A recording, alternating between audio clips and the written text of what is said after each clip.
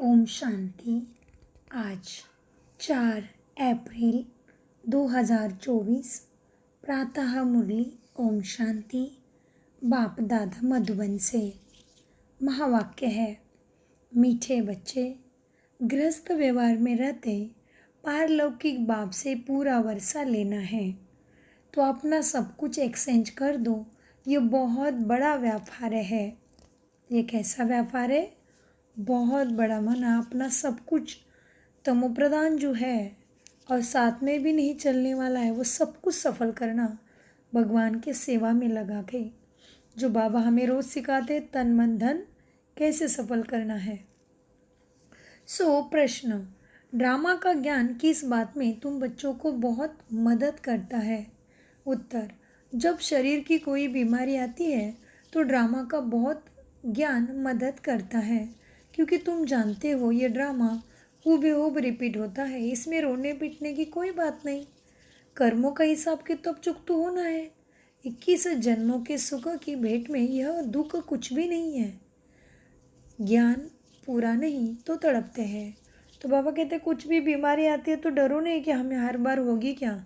हर बार यही सोचो कि हमें हर बार भगवान मिलेगा और हम हर बार देवी देवता बनेंगे, ये सोचो। इसलिए बाबा कहते शरीर की बीमारी आने से ड्रामा का ज्ञान याद रखो। ओम शांति। भगवान वाच, भगवान उसको कहा जाता है जिसको अपना शरीर नहीं। ऐसे नहीं कि भगवान का नाम रूप देश काल नहीं, ऐसे नहीं है। भगवान को शरीर नहीं है, बाकी सब आत्माओं को अपना अपना शरीर है। अब बाप कहते हैं, मीठे मीठे रूहानी बच्चे, अपने को आत्मा समझ कर बैठो। वैसे भी आत्मा ही सुनती है, पाठ बजाती है, शरीर द्वारा कर्म करती है, संस्कार आत्मा ही लेके जाती है। अच्छे बुरे कर्मों का फल भी आत्मा ही भोगती है, शरीर के साथ साथ। तो आत्मा भोगती है शरीर के साथ अच्छे और बुरे कर्मों का फल। बिगर शरीर के तो कोई काम भोग नहीं सकते। इसलिए बाप कहते हैं अपने को आत्मा समझ बैठो। बाबा हमको सुनाते हैं, हम आत्मा सुनती है इस शरीर के द्वारा। भगवान वाच, मन मना भव, माना देह से देह के सर्व धर्मों को त्याग, अपने को आत्मा समझ बाप को मन बुद्धि से याद करो और सबके साथ कर्मों का हिसाब किताब भी निभाओ। यह एक ही बात बाबा कहते हैं। जो गीता का भगवान है, भगवान माना ही जन्म मरण रहित। बाप कहते हैं, मेरा जन्म अलौकिक है। मैं ब्रह्मा के तन का आधार लेके उनकी वाणी को यूज करता हूँ, इसलिए कहते भगवान वाच। और दूसरा बाबा क्या कहते, बच्चे गृहस्थ व्यवहार में रहते तुम्हें क्या करना है? महावाक्य में आया, पारलौकिक बाप से पूरा वर्षा लेना है, माना घर में ही रहना है। और बाबा पवित्रता का सागर है। जो दुनिया सोचती है कि घर गृहस्थी में रहते संसार और बाल बच्चे पति के बीच में रह के पवित्र रहना असंभव, वही परमपिता परमात्मा करके दिखाते हैं। जो मनुष्य के लिए असंभव है वही भगवान करते हैं। इसलिए भगवान और मनुष्य में फ़र्क है। तो बाबा कहते, बाप समझाते हैं, मेरा जन्म अलौकिक है और कोई ऐसे जन्म नहीं लेते। ये जैसे मैं इनमें प्रवेश करता हूँ, यह तो अच्छी रीति याद करना चाहिए ना। ऐसे नहीं सब कुछ भगवान करता है, नहीं। पूज्य पुजारी ठिक्कर भीतर परमात्मा है। 24 अवतार, कच्चा मच्चा अवतार, परशुराम अवतार क्या क्या दिखाते हैं, ये नहीं। भगवान सब कुछ नहीं करता। तुम अपने कर्मों से ही सब कुछ प्राप्त करते हो। भगवान केवल तुम्हें मार्ग बताता, ज्ञान देता, समझ देता है। बाबा कहते, बच्चे अभी समझ में आता है ना कि क्या भगवान बैठ परशुराम अवतार लेंगे और कुल्हाड़ी लेकर हिंसा करेंगे? ये रॉन्ग बातें भगवान के लिए लिख दी है। क्या क्या लिख दिया जो भगवान और ही दुख में आ गया। जैसे परमात्मा को सर्वत्र कह दिया, सर्वव्यापी कह दिया, ऐसे कल्प की आयु लाखों वर्ष लिख दी है। इसको कहा जाता है घोर अंधियारा, अर्थात ज्ञान ही नहीं है। हाँ, समझ की नेत्र ही नहीं है, दिव्य ज्योति नहीं है, ज्ञान का तीसरा नेत्र ही नहीं है, अज्ञान अंधेरा है। जैसे परमात्मा को सर्वव्यापी कह दिया, ऐसे कल्प की आयु लाखों वर्ष लिख दी। इसको कहा जाता है घोर अंधियारा, अर्थात ज्ञान नहीं। ज्ञान से होता है सोजरा सुख का। अब अज्ञान का घोर अंधियारा, सर्वत्र दुख है। अब तुम बच्चे घोर सोजरे में हो। तुम्हें स्वयं का और परमात्मा का सत्य परिचय मिला, माना तुम्हें सद्बुद्धि से सद्गति हो रही है, तो तुम बच्चे सोजरे में आ रहे हो। तुम सबको अच्छी रीति जानते हो। तुम सबको अच्छी रीति जानते हो। जो नहीं जानते वो पूजा आदि करते रहते हैं। तुम सबको जान गए हो ना, इसलिए तुमको पूजा करने की दरकार नहीं। तुम स्वयं ही पूज्य बन रहे हो। तुम अभी पुजारीपन से मुक्त हुए पूज्य देवी देवता बनने के लिए पुरुषार्थ कर रहे हो। तुम ही पूज्य देवी देवता थे, फिर पुजारी मनुष्य बने हो। मनुष्य में ही आसुरी गुण, इसीलिए गायन है। मनुष्य का देवता बनाया, मनुष्य को देवता किए करत लागे ना वार। एक सेकंड में देवता बना देते बाप। बाप को पहचाना और शिव बाबा कहने लगा। बाबा कहने से दिल में आता है कि हम विश्व के स्वर्ग के मालिक बनते हैं। यह है बेहद का बाप। अभी तुम फट से आकर पारलौकिक बाप के बने हो। बाप फिर कहते हैं, बच्चे गृहस्थ व्यवहार में रहते हुए अब पारलौकिक बाप से वर्षा ले लो। लौकिक वर्षा तो तुम लेते आए हो, अब लौकिक वर्षे को पारलौकिक वर्षे के साथ एक्सचेंज करो। कितना अच्छा व्यापार है। लौकिक वर्षा क्या होगा? यह है बेहद का वर्षा। सो भी गरीब झट लेते हैं, गरीब को एडॉप्ट करते हैं। बाप भी गरीब निवाज है ना। गायन है, मैं गरीब निवाज हूँ। भारत सबसे गरीब है।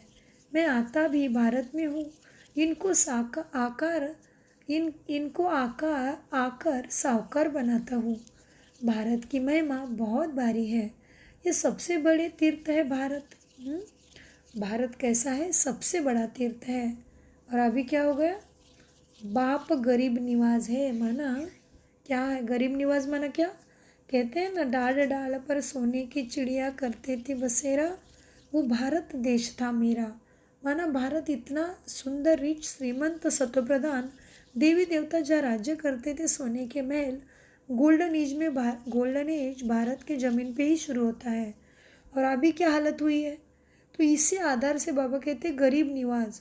गरीब निवाज माना ऐसा नहीं कि वो धारावी के झोपड़पट्टी में जाके उद्धार करेगा, ऐसा नहीं।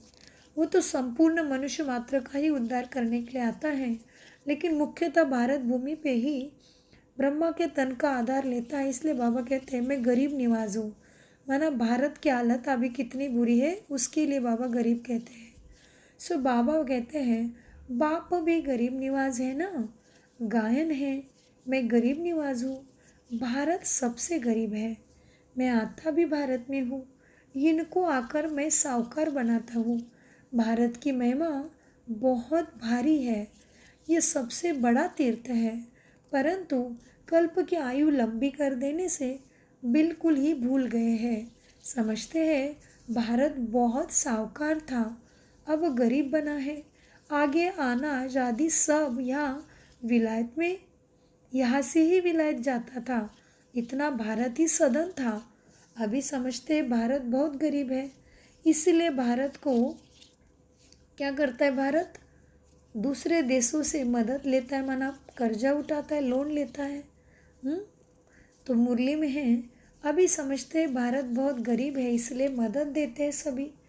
ऐसे होता है जब कोई बड़ी आसामी फेल हो जाती है तो आपस में फैसला कर उनको मदद देते हैं ना। ये भारत है सबसे प्राचीन। भारत ही हेवन था। पहले पहले आदि सनातन देवी देवता धर्म भारत में था। सिर्फ टाइम लंबा कर दिया कल्प का आयु कितना किया? लाखों वर्ष का कर दिया। इसलिए मनुष्य समझते नहीं है, कंफ्यूज हो गए हैं। ये भारत सबसे प्राचीन है। भारत ही हेवन था। पहले पहले आदि सनातन देवी देवता धर्म था। सिर्फ टाइम लंबा कर दिया है, इसलिए कितने कंफ्यूज मूंझते हैं। भारत को मदद भी कितनी देते हैं। बाप को भी भारत में ही आना है। तुम बच्चे जानते हो, हम बाप से वर्षा लेते हैं। लौकिक बाप का वर्षा एक्सचेंज करते हैं पारलौकिक से, जैसे इसने ब्रह्मा ने किया। देखा, पारलौकिक बाप से तो ताज तख्त तिलक सब कुछ मिलता है, वो भी जन्मों जन्मों की बादशाही। हाँ, तो ब्रह्मा का पुरुषार्थ कैसे हुआ बाबा बताते। तुम बच्चे जानते हो, हम बाप से वर्षा लेते हैं। लौकिक बाप का वर्षा एक्सचेंज करते पारलौकिक से लेते हो, जैसे इसने ब्रह्मा ने किया। देखा, पारलौकिक बाप से तो ताज तख्त मिलता है। कहाँ वह बादशाही और कहाँ यह कलयुग की दुख की दुनिया में गदाई। कहा भी जाता है ना, क्या कहते हैं, फॉलो फादर। भूख मरने की तो कोई बात नहीं। बाप कहते हैं, बच्चे ट्रस्टी होकर संभालो, ट्रस्टी होकर संभालो। बाप आकर सहज रास्ता बताते हैं। बच्चों ने बहुत तकलीफ देखी है, तब तो बाप को बुलाते हैं, हे परमपिता परमात्मा रहम करो।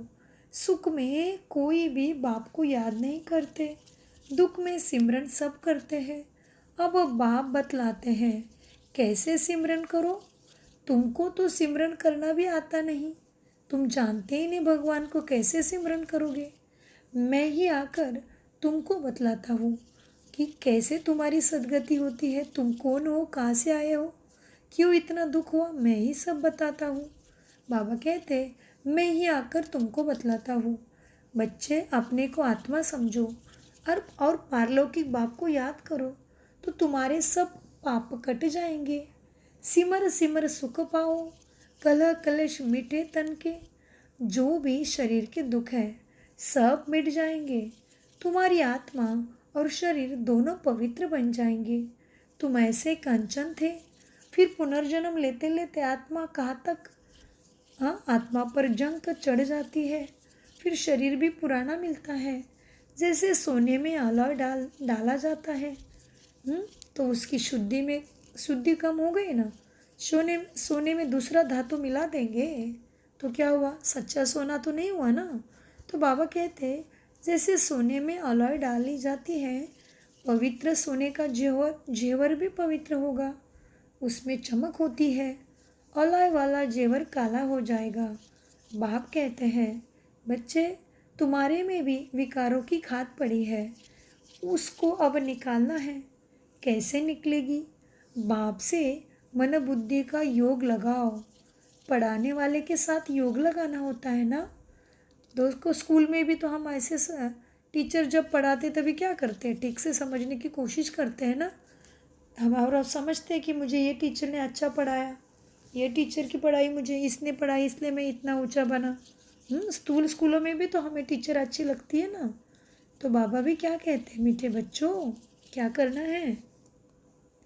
अब बाप समझाते हैं, बच्चे देखो, बाप ने तुम्हें योग लगाना सिखाया। पढ़ाने वाले के साथ योग लगाना होता है ना। माना वो क्या पढ़ाते हैं, कैसे पढ़ाते हैं, मुझे क्या करना है, उसमें से क्या लेना है, वो जानते हैं ना हम। तो बाबा कहते, पढ़ाने वाले के साथ योग रहता है ना, तो अभी बाप तुम्हें सद्गति का ज्ञान देते तो उसको याद करना पड़े। हाँ, उनकी शिक्षा का संग अपने बुद्धि में लेना पड़े। तो बाप से योग लगाओ। पढ़ाने वाले के साथ योग लगाना होता है ना। यह तो बाप टीचर गुरु सब कुछ है। उनको याद करो तो तुम्हारे विकर्म विनाश होंगे, और वह तुमको पढ़ाते भी हैं। पतित पावन सर्वशक्तिमान तुम मुझे ही कहते हो। कल्प कल्प बाप ऐसे ही समझाते हैं। मीठे मीठे से खिलते बच्चे, 5000 वर्ष के बाद आकर तुम मिले हो, इसलिए तुमको सिकिलदे कहा जाता है। अब इस देह का अहंकार छोड़ आत्मा अभिमानी बनो। आत्मा का भी ज्ञान दे दिया बाप ने। हाँ, जो बाप बिगर कोई दे ना सके, कोई मनुष्य नहीं जिसको आत्मा का ज्ञान हो। सन्यासी उदासी कोई गोसाई कोई भी नहीं दे सकते हैं। सन्यासी ने भी किसी ने भी नहीं बताया तुम कहाँ से आए हो, क्या करना है। बाबा कहते कोई मनुष्य नहीं जिसको आत्मा का ज्ञान हो। सन्यासी, उदासी, गुरु, गोसाई कोई भी नहीं जानते। अब वह ताकत नहीं रही, सबकी ताकत ही कम हो गई, आत्मा में ताकत ही नहीं, सभी तमो प्रधान हो गए। सारा मनुष्य सृष्टि का झाड़ जड़ जड़ीभूत अवस्था को पाया है। अब फिर नई दुनिया स्थापन होती। बाप आकर वैरायटी झाड़ का राज तुम्हें समझाते हैं। यह तुम्हारा राजयोग है। कहते हैं पहले तुम राम राज्य में थे, फिर जब तुम वाम मार्ग में जाते हो रावण राज्य शुरू होता है, फिर और धर्म आते हैं, भक्ति मार्ग शुरू होता है। आगे तुम नहीं जानते थे। कोई से भी जाकर पूछो तुम रचयिता और रचना के आदि मध्य अंत को जानते हो, तो कोई भी नहीं बताएंगे। बाप भक्तों को कहते हैं अब तुम ही बच्चे जज करो, बोर्ड पर भी लिख दो। एक्टर होकर ड्रामा के डायरेक्टर, क्रिएटर, प्रिंसिपल एक्टर को नहीं जानते तो ऐसे एक्टर को क्या कहेंगे? कैसे एक्ट एक्यूरेट होगी तुम्हारी फिर? बाबा कहते तुम सबको समझा दो कि तुम आत्मा इस धरती रंगमंच पर खुद एक्टर हो के इस ड्रामा में एक्टर हो, एक्टिंग करनी है तुम्हें। तो अपने एक्टिंग उत्तम होने के लिए क्या करना पड़े? डायरेक्टर, क्रिएटर, प्रिंसिपल एक्टर को जानना पड़ेगा ना। तो बाबा कहते तुम लिख दो बोर्ड पे कि हे मनुष्य, एक्टर, आत्मा एक्ट कर रही है ना अंदर बैठ के, शरीर थोड़ी ना कुछ कर रहे, नहीं तो मुर्दा करता ना। फिर 5 तत्वों का पुतला मुर्दा कुछ करता है क्या? तो बाबा कहते तुम सबको समझाओ। क्या समझाना है? कोई से भी जाकर पूछो तुम रचयिता और रचना के आदि मध्य अंत को नहीं जानते हो, तो कोई भी नहीं बताएंगे। बाप भक्तों को कहते हैं अब तुम जज करो। रचना कैसी हुई इस धरती पे, और ये चक्र कैसे फिरता है? क्यों सतयुग, त्रेता, द्वापर, कलयुग कहते हैं? कैसा चक्र फिरता? क्या है रचयिता? कौन है रचना करने वाला? कौन है दुख हरता, सुख करता? तो बाबा इसीलिए कहते तुम कोई से भी जाकर पूछो तुम रचयिता और रचना के आदि और मध्य अंत को जानते हो क्या? क्या दुनिया में शुरू में क्या था, मध्य में क्या हुआ और अंत में क्या होना है, जानते हो? तुम जाके पूछो किसी को भी, तो कोई भी नहीं बताएंगे। बाप भक्तों को कहते हैं अब तुम जज करो, बोर्ड पर भी लिख दो। एक्टर होकर ड्रामा के डायरेक्टर, क्रिएटर, प्रिंसिपल एक्टर को नहीं जानते तो ऐसे क्रिएटर को क्या कहेंगे? हम आत्मा यहाँ भिन्न भिन्न शरीर लेकर पाठ बजाने आते हैं, तो ज़रूर ये नाटक है ना। गीता है माता, बाप है शिव, इसलिए तो भगवान वाच हुआ गीता माता की जयंती मनाते हैं। भगवत गीता का कितना मान है, उसको एक धर्म अतिशय पवित्र ग्रंथ, और कितना सुंदर जगह पे स्वच्छ सुंदर कपड़े में लपेट के रखते हैं, और गीता जयंती होती है। बाकी कोई ग्रंथों की, बाकी कोई धर्म पुस्तक की जयंती होती है क्या? और किसी भी पुस्तक को कहते क्या बाइबल माता? कहाँ? क्या बाइबल की जयंती होती है? नहीं। गीता है माता, बाप है शिव, बाकी सब है रचना उनकी। गीता नई दुनिया को क्रिएट करती है। यह भी किसी को मालूम नहीं कि नई दुनिया को कैसे क्रिएट करते हैं। नई दुनिया में पहले तुम ही हो। अब यह है पुरुषोत्तम संगम युगी दुनिया। ये पुरानी दुनिया भी नहीं है तो नई दुनिया भी नहीं है, यह है ही संगम। ब्राह्मणों की चोटी है। विराट रूप में भी न शिव बाबा को दिखाते न ब्राह्मण चोटी को दिखाते। क्या है विराट रूप? विष्णु का। देखिए विष्णु के राइट साइड में कितने मुखड़े हैं, चेहरे हैं, और विष्णु के लेफ्ट साइड में, राइट साइड में इतने सारे देवी देवता, मनुष्य, जानवर, दाढ़ी मूछ वाले, साधु संत, देवी देवता, सबके दोनों तरफ राइट में लेफ्ट में चेहरे हैं, शरीर भी है, और इतने सारे हाथ भी है। हाँ, हाथ दो कितना दिखाते, मुखड़े। विष्णु का विराट रूप सब जानते हैं ना। तो इसीलिए बाबा कहते हैं तुमने तो चोटी भी दिखाई है, और उन्होंने क्या किया है? विष्णु के विराट रूप में बाप को भी गायब कर दिया, और ब्राह्मण जो मुख्य थे उनको भी गायब कर दिया। तो ब्राह्मण क्या है?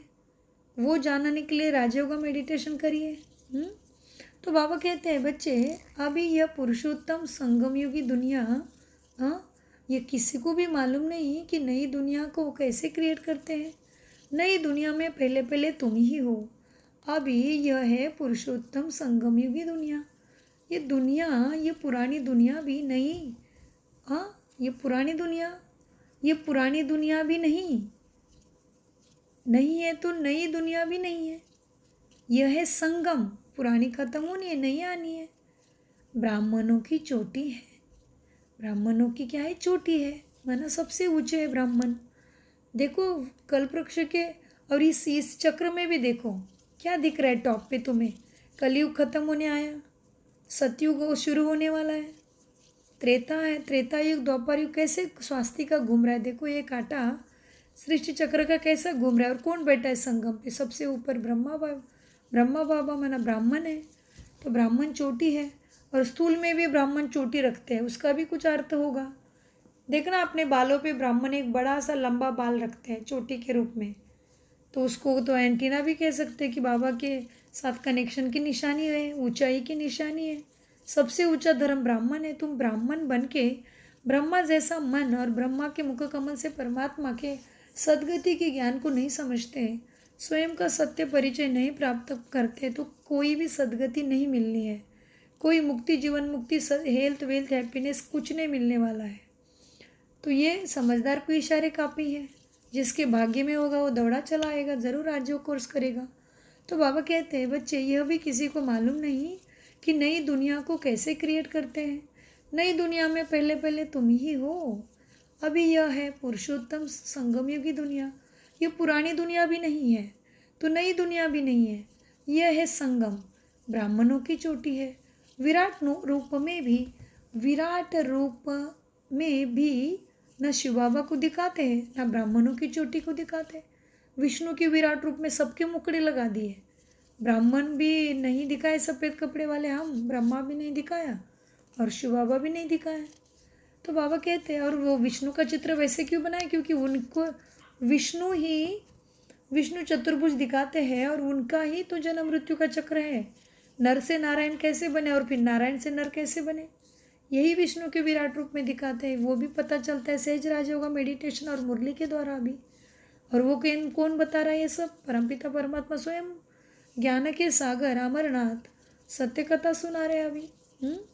तो बाबा कहते हैं बच्चे, विराट रूप में भी शिव बाबा को दिखाते नहीं हैं, और ना ब्रह्मा चोटी दिखाते हैं, ब्राह्मण की चोटी भी नहीं दिखाते, ब्राह्मणों को भी नहीं दिखाते। तुमने तो चोटी भी दिखाई ऊपर में। तुम ब्राह्मण बैठे हो, देवताओं के पीछे है क्षत्रिय धर्म। द्वापर में पेट के पुजारी फिर शूद्र बनते हैं। ये बाजोली है। आज तुम संगम पे हो, कल आगे तुम सतयुग में जाओगे, माना बाजोली। एक घर अलग, एक खाने से निकले दूसरे खाने में, मतलब एक कलयुग के घर से निकले सतयुग में जाना है। तो ये बाजोली का खेल है। तुम सिर्फ बाजोली को याद करो। यह तुम्हारे लिए 84 जन्मों की यात्रा है। सेकंड में सब याद आ जाता है। हम ऐसे चक्र लगाते हैं, ये राइट चित्र है, वो रॉन्ग है। बाप बिगर राइट चित्र कोई बना ना सके। इन द्वारा बाप समझाते हैं, तुम ऐसे ऐसे बाजोली खेलते हो, सेकंड में तुम्हारी यात्रा होती है, कोई तकलीफ की बात नहीं। रूहानी बच्चे समझते हैं बाप हमको पढ़ाते हैं, यह सत्संग है सत्य बाप के साथ, वो है झूठ संग। सचखंड बाप स्थापन करते हैं। मनुष्य की ताकत नहीं है, भगवान ही कर सकते हैं। भगवान को ही ज्ञान का सागर कहा जाता है। मनुष्य यह भी नहीं जानते कि यह परमात्मा की महिमा है। वह शांति का सागर तुमको शांति दे रहा है। सुबह को भी तुम ड्रिल करते हो, बाबा को याद करते हो, शरीर से न्यारा हो, बाप की याद में रहते हो। यहाँ तुम आए हो जीते जी मरने, माना जीते जी मरने माना जीवन में हो, शरीर में भी हो, लेकिन जीते जी जान गए हो हम परमात्मा के ऊपर वाले, परमात्मा के बच्चे आत्मा है। तो तुमने सत्य परिचय प्राप्त किया, जीते जी भी रहे हो, और पुरानी दुनिया से जी निकल भी दिया है। तो बाबा कहते तुम यहाँ आए हो जीते जी मरने, बाप पर निचौर होते हो। यह तो पुरानी दुनिया, तुम्हारा शरीर भी पुराना चोला है, तमो प्रधान तत्वों से बना है, तो इसलिए इसमें खिटपिट रहती है, बीमारी लगी रहती है कुछ ना कुछ। यह तो पुरानी दुनिया है ना, पुराना चोला है। इससे जैसे नफरत आती है, इनको छोड़कर जाए, कुछ भी याद ना आए, सब कुछ भुला भुला हुआ है। तुम कहते भी हो भगवान ने सब कुछ दिया है, तो अब उनको वापस दे दो ना, क्यों फंस गए हो इसमें। भगवान फिर तुमको कहते हैं, बच्चे तुम भगवान का सब कुछ है, तुमने गाया है ना, तो अभी भगवान को वापस दे दो मनोबुद्धि से, और तुम ट्रस्टी बन के संभालो। इसमें से तुम्हें जो भी नाम मान शान प्रतिष्ठा शरीर मिला है, धन संपदा मिली है, जो भी जिम्मेवारी है, जो कर्तव्य कर्म है, जो रिश्ते नाते संबंध है, ये सब भगवान ने दिए है ना, तो अभी भगवान को वापस दे दो और मन बुद्धि से संभालो उसको केवल, उसमें से ममत्व निकाल के फंसो नहीं। इसलिए बाबा कहते, तुम कहते भी हो भगवान ने सब कुछ दिया है, तो अब उनको दे दो। भगवान फिर तुमको कहते हैं, तुम ट्रस्टी बनो। भगवान ट्रस्टी नहीं बनेगा, ट्रस्टी तुम बनते हो। फिर पाप तो करेंगे ही नहीं, क्योंकि भगवान का दूसरे का संभाल करने वाले, दूसरे की चीज़ को संभाल कर रहे हो, तो उससे थोड़ी पाप किया जाता है। तो बाबा कहते, तुम्हें ये पापों को मुक्त होने का कैसे मैं युक्ति बताता हूँ, और ये माया के जाल से, भंवर से कैसे निकल सकते हो। इसलिए बाबा कहते, बच्चे तुमको बाप कहते हैं तुम ट्रस्टी बनो। अभी भगवान ट्रस्टी नहीं बनेगा, ट्रस्टी तुम बनते हो। फिर पाप तो करेंगे नहीं, आगे पाप आत्माओं से लेन देन होती आई है। अब संगम युग पर तुम्हारी पाप आत्माओं से लेन देन नहीं है। पाप आत्माओं को दान किया तो पाप सिर पर चढ़ जाएगा, कहते हैं ईश्वरार्थ, और देते हो पाप आत्मा को। बाप कुछ लेते थोड़ी है, बाप कहेंगे जाकर सेंटर खोलो तो बहुतों का कल्याण होगा। बाप समझाते हैं, जो कुछ होता है हूबेहूब ड्रामा अनुसार रिपीट होता है। फिर इसमें रोने पीटने दुख करने की बात ही नहीं। कर्मों का हिसाब किताब चुकता होना तो अच्छा है। वैद्य लोग कहते हैं बीमारी सारी उथल खाएगी, बाप भी कहते हैं, बाप कहते हैं रहा हुआ कर्मों का हिसाब किताब चुकता होना है तो अच्छा ही है ना, तो कुछ भी सामने आएगी परिस्थिति, तन मन धन के ऊपर आ सकती है, तो कोई भी हलचल में नहीं आना है, बाप साथ है, समर्थ बनना है, चुकता होना है हिसाब। तो बाप समझाते हैं, जो कुछ होता है ड्रामा में हूबहूब अनुसार रिपीट होता है। फिर इसमें रोने पीटने दुख करने की कोई बात नहीं। कर्मों का हिसाब किताब चुकता होना है तो अच्छा ही है। वैद्य लोग कहते हैं बीमारी सारी उथल खाएगी, बाप भी कहते हैं हाँ रहा हुआ हिसाब किताब चुकता करना है, या तो योग से या फिर सजाओं से चुकता करना पड़े। सजाएं तो बहुत कड़ी है, उनसे बीमारी आदि में चुकतू।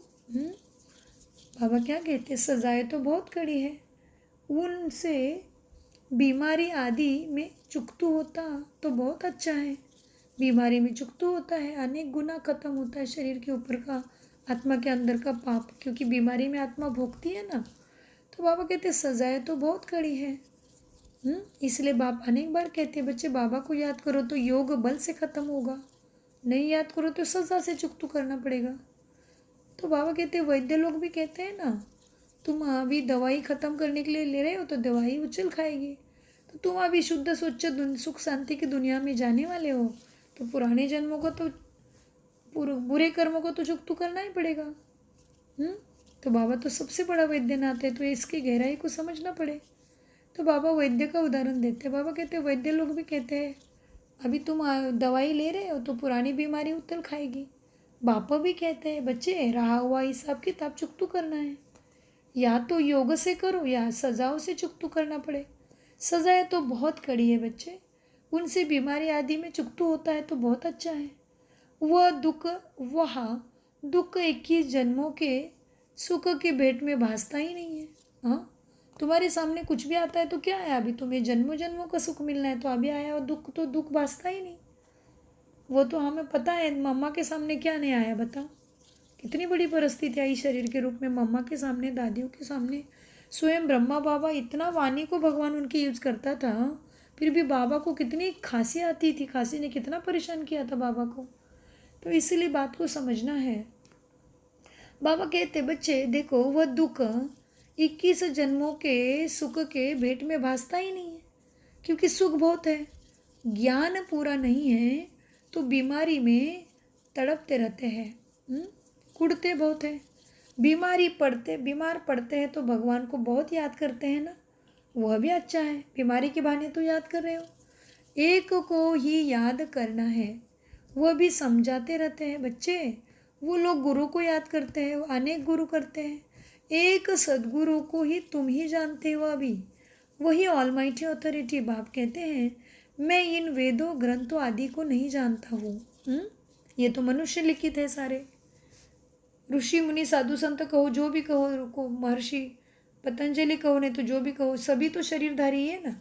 परमात्मा एक ही है, जो शरीर नहीं लेता वही तो हमारी सदगति कर सकता है। मनुष्य की सदगति नहीं कर सकता, हम जानते हैं ना। कर सकता तो अभी तक तो कितने साधु संत ऋषि मुनि महाराज, कितने सिद्ध पुरुष, ये पुरुष वो पुरुष होके गए हैं। क्यों इतना दुख आया दुनिया में अभी? क्योंकि परमपिता परमात्मा आता है तभी सबको सुख में लेके जाता है, सुख मुक्ति जीवन मुक्ति में लेके जाता है। बाप कहते हैं, तो बाबा क्या कहते हैं मुरली में? बाप कहते हैं मैं इन वेदों ग्रंथों आदि को जानता हूँ, ये भक्ति मार्ग की सामग्री है, इनसे मुझे कोई प्राप्त नहीं कर सकता। बाप आते ही है पाप आत्माओं की दुनिया में पापों का विनाश करने, जब पाप आती होता है तभी आते हैं। यह पुण्य आत्मा कहाँ से आई? जिसने पूरे 84 जन्म लिए हैं, उनके शरीर में बाबा आता है। सबसे पहला ये सुनते हैं, ब्रह्मा सुनते हैं ज्ञान। बाबा कहते हैं यहाँ तुम्हारी याद की यात्रा अच्छी होती है, यहाँ भले तूफान भी आएंगे, परंतु बाप समझाते रहते हैं कि अपने को आत्मा समझ बाप को याद करो तो तूफान शांत हो जाएंगे, बाबा की मदद मिलेगी। हाँ, बाबा कहते हैं यहाँ तुम्हारी याद की यात्रा अच्छी होती है, यहाँ भले तूफान भी आएंगे, परंतु बाप समझाते रहते हैं कि अपने को आत्मा समझ बाप को याद करो। कल्प पहले भी तुमने ऐसे ही ज्ञान सुना था, दिन प्रतिदिन तुम सुनते रहते हो। राजधानी स्थापन होती रहती है, पुरानी दुनिया का विनाश भी होना है। अच्छा, मीठे मीठे सिखिल दे बच्चों प्रति माता पिता बाप दादा का याद प्यार, गुड मॉर्निंग। रूहानी बाप की रूहानी बच्चों को नमस्ते। हम रूहानी बच्चों की रूहानी बाप दादा को याद प्यार, गुड मॉर्निंग, नमस्ते प्यारे बाबा, नमस्ते। धारणा के लिए मुख्य सार है, सवेरे सवेरे उठ शरीर से न्यारा होने की ड्रिल करनी है। पुरानी दुनिया, पुराना चोला, कुछ भी याद ना आए, सब कुछ भुला हुआ हो। 2 धारणा, संगम युग पर पाप आत्माओं से लेन देन नहीं करनी है, कर्मों का हिसाब किताब बढ़ाना नहीं है। जो पहले कुछ करके बैठे हो उसको ही खुशी खुशी चुकता करना है, तो रोना पीटना नहीं है। सब कुछ बाप पर निचोड़ कर फिर ट्रस्टी बन संभालना है। वरदान, महसूसता की शक्ति द्वारा स्व परिवर्तन करने वाले तीव्र पुरुषार्थी भव। वरदान का विस्तार है, कोई भी परिवर्तन का सहज आधार महसूसता की शक्ति है।